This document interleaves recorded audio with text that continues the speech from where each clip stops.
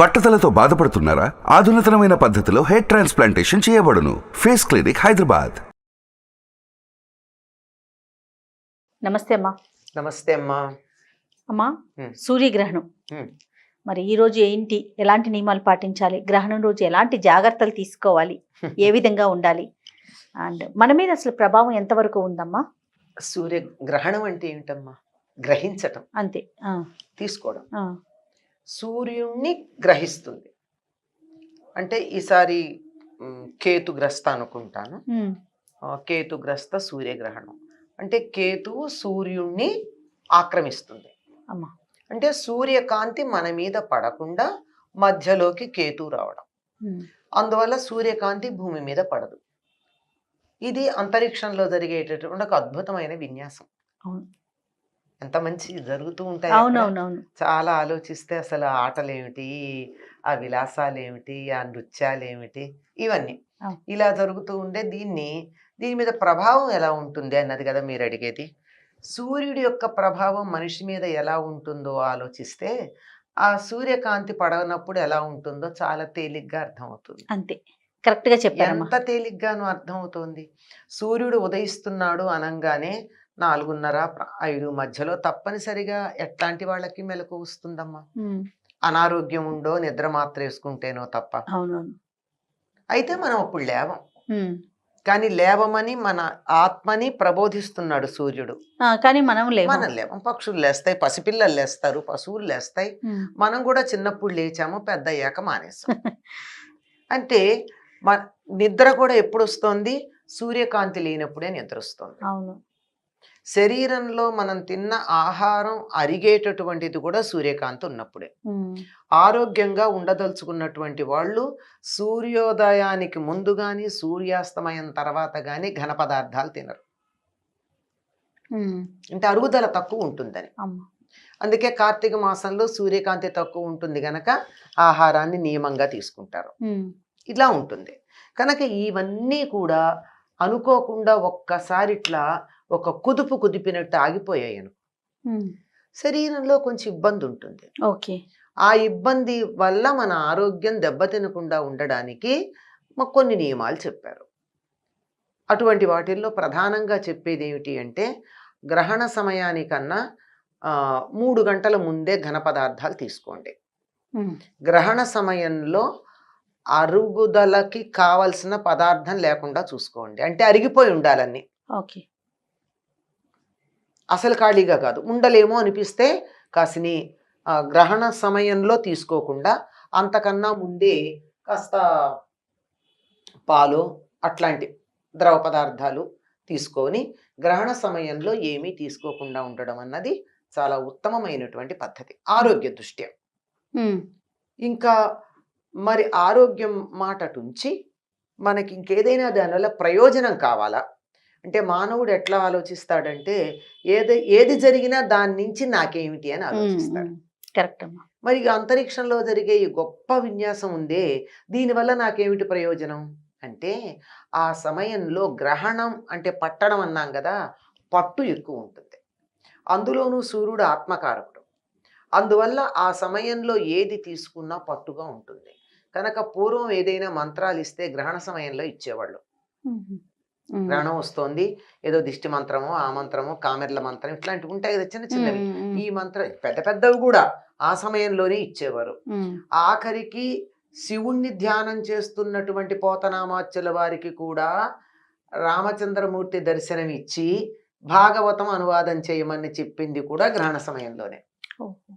అంత అద్భుతమైన సమయం, ఆ పట్టు ఉంటుంది. పట్టు అందుకే పట్టు కాలం విడుపు కాలం అని చెప్తారు. గ్రహణం అంటే పట్టుకోవడమే కదా. అవునవును. అలా పట్టుకునేటటువంటి సమయాన్ని సద్వినియోగం చేసుకోవాలి అంటే ఆ సమయంలో ధ్యానం, జపం లాంటివి చేస్తారు. ఎంత చేస్తే మామూలు సమయంలో ఒకసారి రామ అంటే ఒకసారి అన్న ఫలితమే ఉంటుంది. కానీ గ్రహణ సమయంలో గనక అన్నట్టయితే 1,000,000 రెట్లో 8 రెట్లో చెప్తారు, నాకు సంఖ్య గుర్తులేదు, కానీ అన్ని రెట్లు అన్నటువంటి ఫలితం వస్తుంది.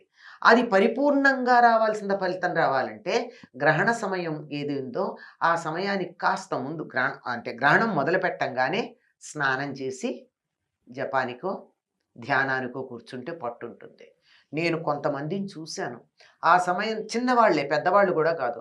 కాసేపు ధ్యానం చేసుకోండి, లేకపోతే దేవుడికి దండం పెట్టుకుని కళ్ళు మూసుకుని వాళ్ళకి మెడిటేట్ అంటే అర్థమవుతుంది కదా! కాసేపు మెడిటేషన్ చేయండి అంటే, దేని గురించి చెయ్యాలి అన్నారు. నీకు ఏది నచ్చితే అది, నీకు నచ్చిన దైవం ఎవ్వరు, లేకపోతే నేను అన్న దాని మీద నీ మీద నువ్వే ధ్యానం చేసుకోమని. అందులో చాలామంది పిల్లలు, ప్రాక్టికల్‌గా చెప్తున్నానమ్మా, చాలామంది పిల్లలు ఎంతసేపు ఉన్నారో చెప్పలేం. ఒక అమ్మాయి అయితే 3 అవర్స్ అప్పుడు వచ్చినటువంటి ఆహ్, ఆహ్, సూర్యగ్రహణం 3 గంటలు కూర్చున్నట్టే కూర్చుంది కదలకుండా. అదే మొదటిసారి ధ్యానమో పాడో అన్నది మొదలుపెట్టింది. ఆ మెళుకు వచ్చాక ఎంతసేపు 10 నిమిషాలు కూర్చున్నానా అని అడిగింది. తనకు తెలియల. అది ధ్యానం అంటే. పోనీ నిద్రపోయిందా అంటే లేదు, ఇలా కూర్చుంది వెన్ను ఇలా నిటారుగా పెట్టి. అంటే అలా అనుకూలంగా ఉండేటటువంటి సమయం కనుక దాన్ని సద్వినియోగం చేసుకునేటటువంటి వారు ధ్యానం చేస్తారు. ఆ తర్వాత విడుపు స్నానం చేస్తారు. ఎందుకంటే ఏదైనా ఒకళ్ళనొకళ్ళు పట్టుకున్నారు అంటే మనకు అంత మంచిది కాదనుకుంటాం కదా. ఆయన విడిపించుకున్నాడు అనుకో, అయినా సరే విడుపు స్నానం చేస్తారు. స్నానం చేసిన తర్వాత ఇక మామూలుగా ఇంట్లో దేవుళ్ళని వాటిని అన్ని కూడా శుభ్రం చేసుకుంటారు. ఎందుకు అని వెంటనే ప్రశ్న వస్తుంది. రావాలి కదా, ఖచ్చితంగా. ఎందుకంటే ఆ సమయంలో మనకి అల్ట్రా వైలెట్ రేస్ అన్నవి బాగా వస్తాయి భూమి మీదకి. అవి మనకంత క్షేమం కాదు కదా. వైద్యులు కూడా చెప్తున్నారు, శాస్త్రవేత్తలు, మీరు గ్రహణాన్ని నేరుగా కంటితో చూడకూడదు, వీలైతే అందులో ఉండకుండా ఉండడం. ఎందుకంటే సూర్యగ్రహణ సమయంలో వచ్చేటటువంటి వెలుగు ఏదైతే ఉందో, కిరణాలు ఏవైతే ఉన్నాయో అవి శరీరం మీద చర్మాన్ని మీద ప్రభావం చూపిస్తాయి. కొంచెం బ్లిస్టర్స్ రావడం, దద్దులు రావడం లాంటివన్నీ ప్రాక్టికల్గా చాలా మందికి కనిపిస్తూనే ఉంటాయి. కనుక ఆ సమయంలో బయటికి రాకూడదు అని చెప్తారు. అటువంటివి ఏమైనా ఉంటే ఈ స్నానం చేస్తే అన్ని వెళ్ళిపోతాయి. వీటి ప్రభావం మరి ఆహార పదార్థాల మీద వాటి మీద కూడా ఉంటుంది. అందుకని ఆ ప్రభావం వాటి మీద ఉండకుండా ఉండాలి అంటే వండకుండా పెట్టుకోమని చెప్పారు. ఏమి ఆ గ్రహణ సమయానికి ముందు వండింది పనికిరాదు, గ్రహణం తర్వాత వండుకోమని. మరి ఊరగాయలు లాంటివి ఉన్నాయి కదా, పాడవకుండా పాలు పెరుగు ఉంటాయి కదా, వాటికి ఏమిటంటే దర్భ వేయమన్నారు. దర్భ దేనికి అంటే సహస్ర పరమాదేవి శతమూల శతాంకుర సహస్రగం భరతు మే పాపం దూర్వా దుస్వప్న నాశిని అని దర్భ గురించి చాలా గొప్ప విశేషాలు చెప్పారు. ఈ మధ్య కాలంలో కొన్ని సంవత్సరాల క్రితం మన దేశంలో చేస్తే మనం నమ్మం కదా, పాశ్చాత్యులు చేశారు. పాశ్చాత్య దేశాల్లో, అమెరికాలోనే అనుకుంటాను, గ్రహణ సమయంలో 2 గాజు గ్లాసుల్లో నీళ్లు పోసి దర్భ వేసి ఒకటి, దర్భ వేయకుండా ఒకటి సూర్యకాంతికి అదే బారు బయట పెడితే ఆ రెండింటిలోనూ తేడా కనపడిందట. దర్భ వేసినటువంటి నీళ్ళ కాంపోజిషన్, వాళ్ళ మాలిక్యులర్ అరేంజ్మెంట్ ఉంటుంది, దానికి దర్భ వేయని నీళ్ళకి రెండిటికి తేడా ఉంది. కనుక దర్భ అక్కడి నుంచి వచ్చేటటువంటి కిరణాలు ఏవైతే ఉన్నాయో వాటిని నిరోధించి వాటి వల్ల వచ్చే దుష్ఫలితాలను పోగొడుతుంది అని వాళ్ళు ఒక పేపర్ ప్రజెంట్ చేశారు. వాళ్ళు చేస్తే నమ్ముతాం కదా మనం, చెప్తే తప్పదు. ఇప్పుడు ఇంగ్లీష్లో చెప్తే వేదం, ఇంగ్లీష్ లో చెప్తే వేదం అమ్మా, ప్రస్తుత పరిస్థితి అలా నడుస్తుంది కదా వ్యవహారం. అందువల్ల దాన్ని మన వాళ్ళు పూర్వం ఏం చెప్పారు, ఇప్పుడు మా ఇంట్లో ఇన్ని దేవుళ్ళు ఉన్నారు, నాకు ఓపిక లేదు, జ్వరంగా ఉంది, నేను గ్రహణం తర్వాత దేవుళ్ళని నేను శుభ్రం చేసుకోలేను, అన్ని స్నానం చేయడమే చాలా కష్టం అనుకునే పరిస్థితి ఉండొచ్చు. అటువంటిప్పుడు దర్భ వేయండి. అక్కడ ఊరగాయలు ఉన్నాయి, ఊరగాయల మీద దర్భలు వేయండి. అవి బియ్యం బస్తాల్లో, నీళ్లల్లో, ఉన్న నీళ్లల్లో కూడా దర్భలు వేస్తే అయిపోతుంది కదా. అలా అన్నింటిలోనూ దర్భలు తెచ్చి వేసినట్టయితే దాని దుష్ఫలితం ఉండదు. అందువల్ల జాగ్రత్తగా ఉండాలి అని చెప్తారు. అమ్మ, కొంతమంది అంటే హేతువాదులు, మేము ఆ సమయంలోనే తింటాము, మేము ఎదురుగుండా బయటికి వెళ్తాము, మాకేం జరగలేదు, ఇలాంటివి కూడా వార్తలు వస్తూ ఉంటాయి. వార్తలు ఎందుకు, వాళ్ళు చెప్తూనే ఉంటారు, చూపిస్తూ ఉంటారు, ఛానల్స్ లో ప్రచారం కూడా చేస్తున్నారు. తప్పేం లేదు, వాళ్ళ నమ్మకం వాళ్ళది. కానీ ఉదాహరణకు ఒక్క మాట చెప్తానమ్మా, బాగా ఈ బయట బజ్జీలు అవి తింటూ ఉంటారు కదా, ఆ తింటూ ఉంటే కాచిన నూనెలోనే బజ్జీలు వేస్తే, కాచిన నూనెలోనే వేస్తే అది కార్సినోజెనిక్, క్యాన్సర్ కారణమవుతుంది అని చెప్తున్నారు. ఒకరోజు తింటే క్యాన్సర్ వస్తుందా? కదా, రెగ్యులర్ గా తింటూ ఉంటే వస్తుంది. అయినా అందరికీ వస్తుందా రెగ్యులర్ గా తిన్నా? రావట్లేదు. అంచేత మనలో ఉండే శక్తి కొంత ఉంది కదా, ఆ శక్తి రెసిస్ట్ చేసిన వాళ్ళకి రాదు. కానీ ఎవరి దగ్గర ఎంత శక్తి ఉందో ఏం తెలుసు? కోట్లల్లో ఒకళ్ళకు కూడా హాని కలగకూడదు అని చెప్పి మన వాళ్ళు చేసినటువంటి జాగ్రత్త. కంటి చూపు మందగిస్తుంది అంటే, చూపు పోతుందంటే అర్థం ఏమిటి? గుడ్డివాళ్ళు అయిపోతారని కాదు. హాయిగా చూడకుండా ఇదిగో కళ్ళకి జోడు పెట్టుకు చూడాల్సి వచ్చిందని అర్థం. అది కూడా అనారోగ్యం కిందే, కంటికి వచ్చేటటువంటి వ్యాధి కిందే లెక్క కదా. అవును. అట్లా ఆరోగ్యం ఉన్న స్థితి ఉన్నట్టుగా కాక తగ్గే ప్రమాదం ఉంది. ఆ తగ్గుదల ఎంత అన్నది వీళ్ళు ఎక్స్పోజ్ అయినటువంటి సమయం, తీసుకున్న ఆహారం, ఇంకా అనేక ఫ్యాక్టర్స్ మీద ఆధారపడి ఉంటుంది. ఇదేమీ లేకుండా ఇదిగో ఈ బజ్జీలు తిన్నాను నేను ఇక్కడ సూర్యగ్రహణం జరుగుతూ ఉన్నప్పుడు మీ అందరు ఎదురుగా తిన్నా, బతికే ఉన్నా కదా. అంటే ఇప్పటికిప్పుడు బతుకుంటేనా? కొన్ని స్లో పాయిజన్స్ లేవా? లెడ్ లాంటివి ఆహారంలో కలిస్తే ఏళ్ళు పడుతుంది అది ప్రాణం పోవడానికి. అవును. కనుక నెమ్మదిగా జరుగుతుంది.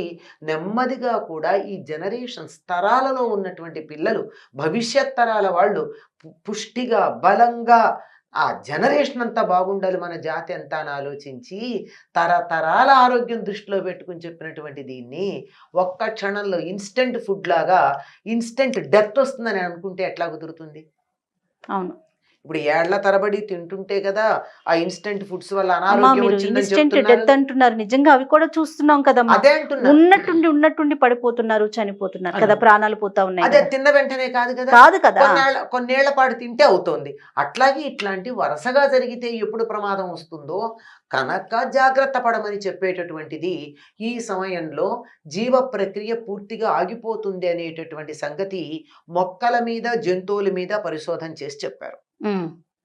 మొక్కల్లో గ్రహణ సమయంలో, గ్రహణ సమయంలో జంతువులు కూడా విచిత్రంగా ప్రవర్తిస్తూ ఉంటాయి. వాటిల్లో కూడా జీవ ప్రక్రియలో తేడా ఉంటుంది. ఇప్పుడు పగటిపూట అనుకో సూర్యగ్రహణం అయితే మనం గుర్తుపడుతున్నాం. చంద్రగ్రహణం రాత్రిపూట గుర్తుపట్టేది ఏం లేదు కదా. జంతువులు తిరగట్లేదు కదా, పడుకునే ఉంటాయి కదా, పాపం ప్రకృతి నియమాల్ని పాటిస్తాయి. మరి అట్లాంటప్పుడు కూడా వాటి జీవ ప్రక్రియలో మార్పు వచ్చింది అని చెప్పి శాస్త్రవేత్తలు చెప్తున్నారు. మరి మనలో రాదని ఎట్లా అంటాం? మనలో తప్పకుండా వస్తుంది కదా. పైగా గ్రహాల యొక్క ప్రభావం భూమి మీద లేదు అనడానికి వీల్లేదు, అస్సలు లేదు. అది పూర్తిగా దాన్ని బట్టే మన జీవితం అంతా ఉంటుంది, జాతకాలు చెప్తామని కాదు అక్కడ అర్థం. వాటి ప్రభావం ఉంటుంది. ఉండకపోతే ముందరే అనుకున్నాం కదా, సూర్యుడు ఉదయిస్తున్నాడంటే మెలకు ఎందుకు వస్తోంది? శరీరంలో మార్పులు ఎందుకు గమనించుకుంటున్నాం?